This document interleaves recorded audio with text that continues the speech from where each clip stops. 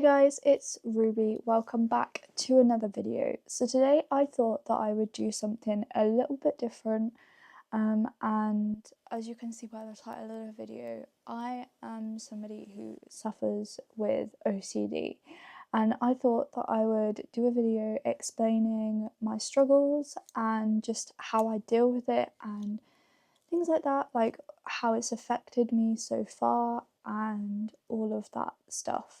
Because when I was first getting diagnosed, back in 2020, I would search up like videos on YouTube trying to like figure out what was going on, and like once I'd kind of got the concept that I probably had OCD, I was trying to search OCD like videos and, trying to find a bit of comfort in them. And there wasn't really much online at the time about OCD, video format wise. Obviously, there's Google searches and stuff like that, but I wanted to understand, feel like I could relate to something that somebody was saying. So I thought that I would be that for people maybe, or if you're just interested on what OCD is and how it affects people, then obviously this is my experience. But yeah, I would just like to come in and say like a bit of a trigger warning if you don't handle like things very well. I'll put a list like of things that I talk about up here. But yeah, just proceed with caution if you are a bit sensitive to people's experiences and just the topic of mental health and things like that. But yeah. Okay, so as I said, I was diagnosed with OCD in about 2020, when the pandemic was at its peak. I think, sorry, there are so many cars, I apologise for that, but yeah, I'm gonna have to keep pausing otherwise, so we're just gonna have to ignore them. I had the first few symptoms that most people experience of just like checking things a lot. So I would check doors and things to see if they were locked, and I'd have to go back and like recheck them and relock them like a certain amount of times, and things like that. And like taps, I would over tighten taps thinking that they weren't off. And just things like that kind of made me realise, oh, maybe this isn't normal. And I would have to say like a certain thing before bed every night, to make sure that people were going to be okay. So those were kind of like the first things, and I kind of brought them up with my parents, and then we went to the doctor, obviously on the phone at this time, and I had the assessment online and everything, and I was diagnosed with OCD. And I feel like with the same with most people that get diagnosed with anything sort of health related, it kind of makes it worse. I've heard that quite a lot, and it definitely did for me as well. I think I was suddenly aware of it, so suddenly then I'm picking up on a bunch of things, or like other people's OCD habits and just things like that. So that wasn't great. Yeah, I went through a pretty tough time in 2020 and 2021, just with general like OCD stuff. Like it was at its peak on sort of how I could handle it, or how I wasn't handling it, I guess. And just things were triggering it that like hadn't before, or just triggering it more. So like issues with friends, people around me, family, death, like health, just literally like anything. And obviously during this time COVID was huge, so I was obviously struggling with that also, which didn't help. But yeah, that was around like the first kind of bit that I got diagnosed. And then I think a bit after, stuff was just like happening in my life again that made it worse. I had CBT therapy, which for me personally didn't work. I recommend that everybody who has the opportunity tries it, if you have OCD. because it could help you. Obviously, my experience is my experience and not necessarily what you might experience. So I did CBT, and the whole main approach for what I did was the like rationality of it and what you can and can't control. And the problem with that for me was I was aware that I couldn't control it and that it wasn't rational, and that was where I would kind of get stuck. And I don't know if you've heard people mention this around OCD, the thing of getting stuck in a place or doing something.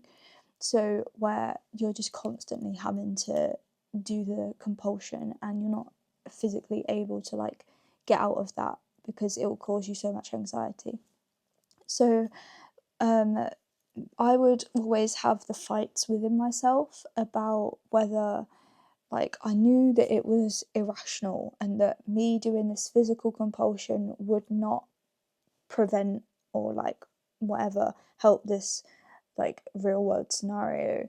But in my head, I was like fighting, like my OCD and my rational brain were just like fighting, which would be what would make me get stuck, and also just what would just make me the most angry. I know that I get angry about it, specifically around the time where I was still trying to like very much deal with it, at its worst, was I would just be so angry because I was just fighting with myself constantly. So the CBT didn't really work for me personally, but I think it was definitely a learning curve, and I think it was good to do. I just personally didn't benefit from it in the way that I probably would have liked to have.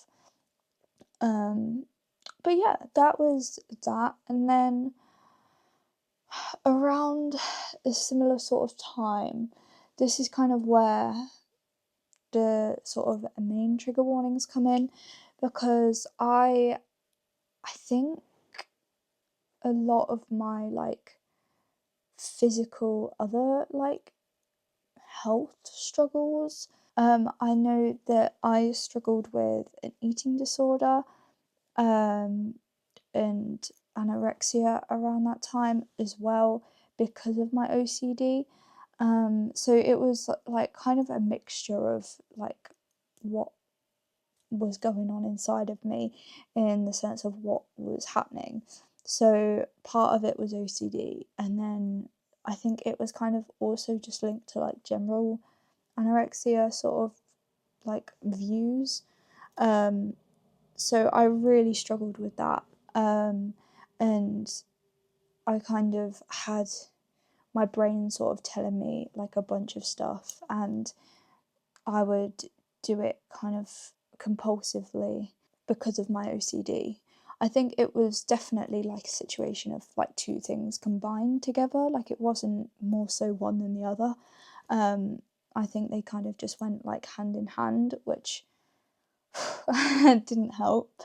Um, but yeah, I really struggled with that. But I'd also not really seen anybody who experienced it together as OCD and anorexia. It was kind of always just like anorexia. So obviously, that in itself, eating disorders can be quite compulsive. So I'm not saying that, like, yeah. I just experienced the thoughts from OCD as well as the eating disorder, which, again, hand in hand. And I know that a lot of people who had an eating disorder can then, like, develop OCD, and it goes very much between the two. So I just think that I had that because of my OCD originally, and then it kind of went into other stuff.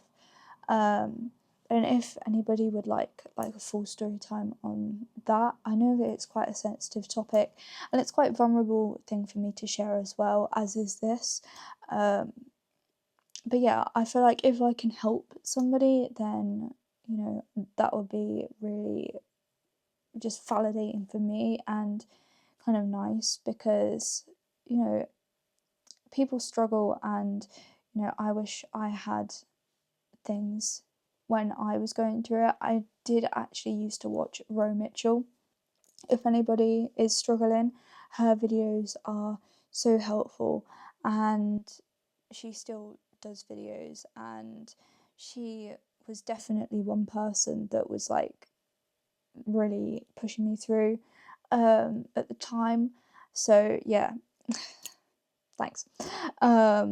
But yeah, I don't know, that was kind of that experience. So as for how I deal with my OCD now, and sorry, I thought my hamster had just come out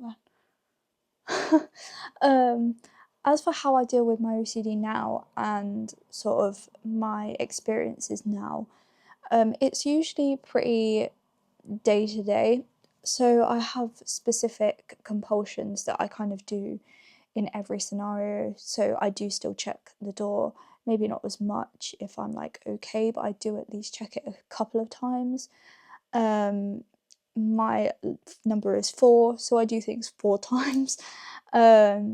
And like checking the taps, walking in and out of rooms. I walk in a room on my right foot, out the room on my left foot, like stepping on certain points within the house, just like general things that I do all the time that I'm kind of just accepting as there. And then sort of things can come and go in just sort of severity depending on how I feel.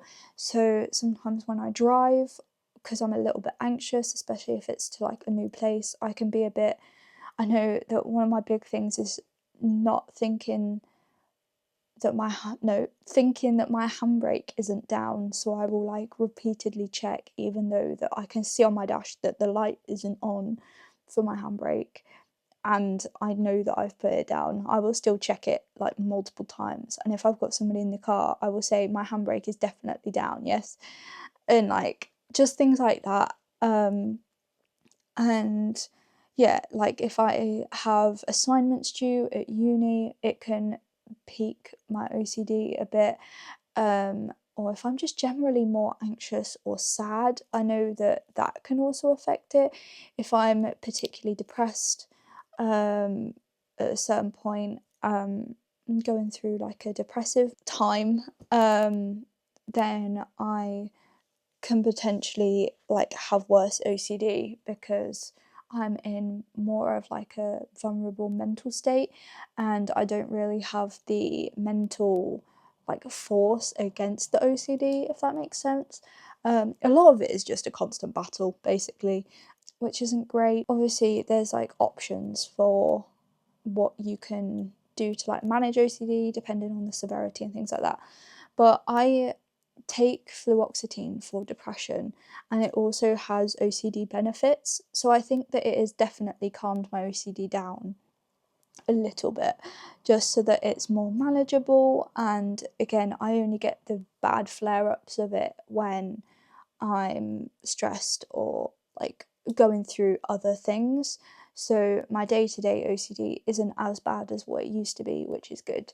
But yeah, so that is my OCD experience briefly. If you want any sort of story times or anything like that, then please let me know based on OCD. And just general like mental health. I think that it would be something that I am interested to kind of share just to help other people. And yeah, if you've got any experiences yourself, any struggles that you want a bit of advice on, I'm not like a medical professional, but I can maybe like give you a little bit of just encouragement or just support basically. It's always nice to talk to somebody. So like let me know in the comments or DM me on Instagram, I'll pop it up on here. And yeah, I hope you enjoyed today's video. Please like, comment and subscribe, and I'll see you next week with another video. Bye guys.